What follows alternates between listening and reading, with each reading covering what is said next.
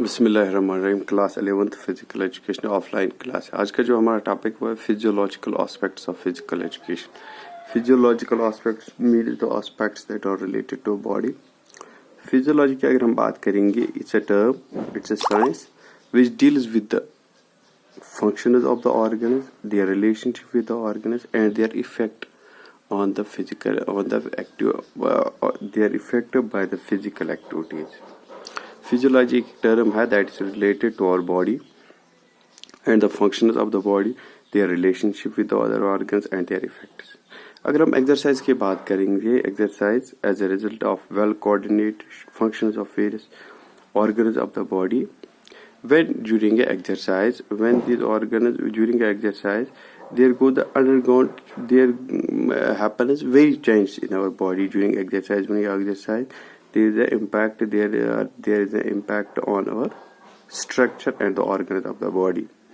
This change is temporary of nature. When by the exercise there is a change in our organs, but this is temporary.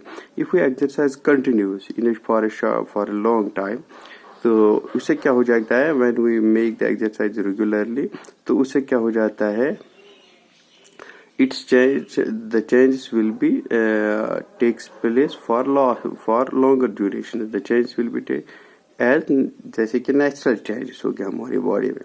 So in order to understand इस term और long term effects of exercise को, तो we have to study about the body, air functions and the organs of the body, और उसके जो various functions है body के. अगर हम देखेंगे स्केलेटन सिस्टम को, या बोन स्ट्रक्चर जिसे बोलते हैं, it system, the system consists of large number, short number, flat skeleton bone. Skeleton service जो होता है, skeleton service as the purpose of, एक तो स्ट्रॉन्ग फ्रेमवर्क बनाता है हमारी बॉडी को due to attachment of the muscles to this bony structure. It gives shape, it gives protection to our important organs, जैसे कि ब्रेन होता है, हार्ट होते हैं, लंग्स, लिवर, किडनी होती है. तो एक तो ये शेप देता है हमारी बॉडी को, दूसरा it gives the strength, it gives the strength to our bony structure. The muscles give the strength to our bony structure and its bone serves as the levers in our body to perform any activity. किसी भी activity के लिए हमारी bone को as liver काम करते हैं, as a movementing organ. The bone marrow found inside the bones manufactured some of the cells of the blood. जो बोन मैरोज होते हैं उनमें क्या होते हैं, they are manufactured by the bone marrow. The bones are मतलब manufactured by the bone marrow. उसमें bone marrow भी बोन में होता है. That increases that some bone fracture, some of the cells of blood are formed by the.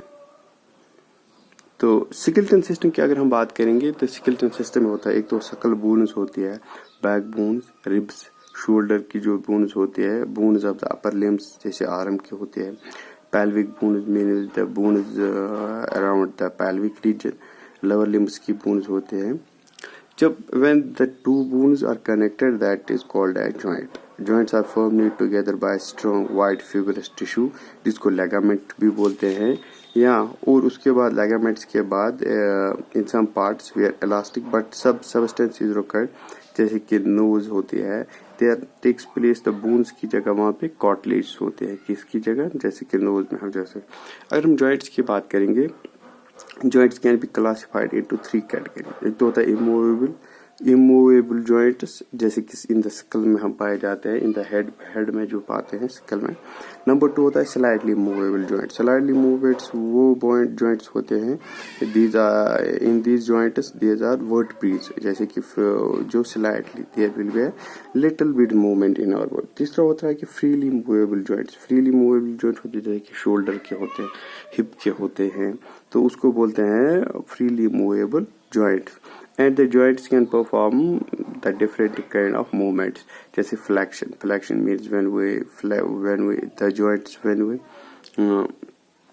we take a body part away from the body. जब हम किसी जैसे कि arm को, if we raise our arm, that will be make the flexion.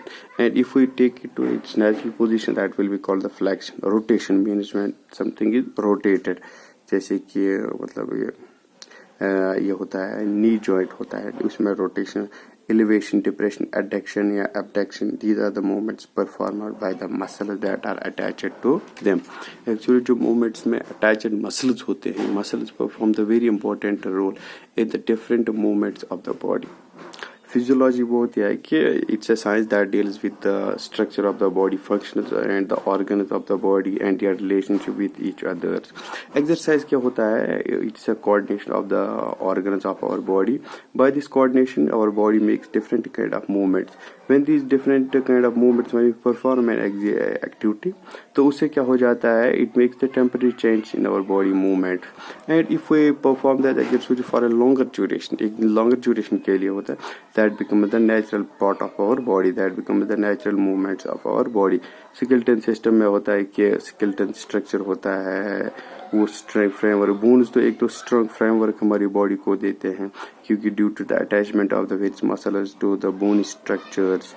और number 2, it gives the protection. एक तो ये शेप देता है, प्रोटेक्शन देता है. हमारे जो वाइटल ऑर्गन्स होते हैं, it serves as a levers. और इसका परफॉर्म होता है कि movements, it helps us in the different kind of movements. तो ये थी introduction to the physiological aspects of physical education. कल हम पढ़ेंगे the effects of exercise on skeleton system. Skeleton system में अगर कंटिन्यू एक्सरसाइज करेंगे, what kind of effects will be on the bony structure.